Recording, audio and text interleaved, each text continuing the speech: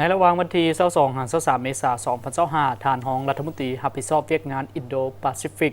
กระทรวงการต่างประเทศและการพัฒนาแห่งสหราชอาณาจักรอังกฤษและเอียกลั่งเหนือพร้อมด้วยคณะได้เดินทางมาเยี่ยมยามเฮ็ดเวียกอยู่สปป.ลาวการเดินทางมาสปป.ลาวของท่านนางแคทเธอรีนเวสต์รองรัฐมนตรีกระทรวงการต่างประเทศอังกฤษในครั้งนี้เป็นจุดหมายสำคัญ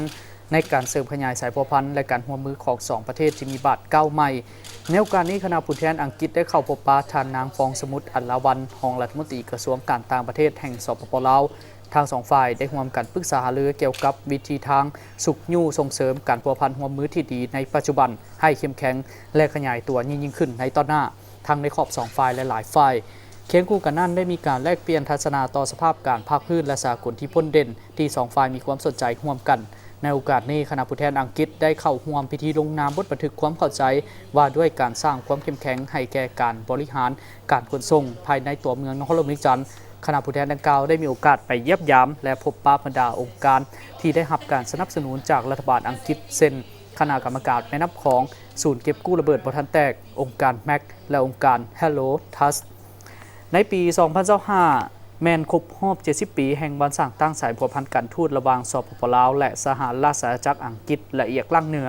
สองฝ่ายได้มีการจัดกิจกรรมร่วมกันพร้อมทางมีแผนการเฉลิมฉลองวันสำคัญดังกล่าวในท้ายปีนี้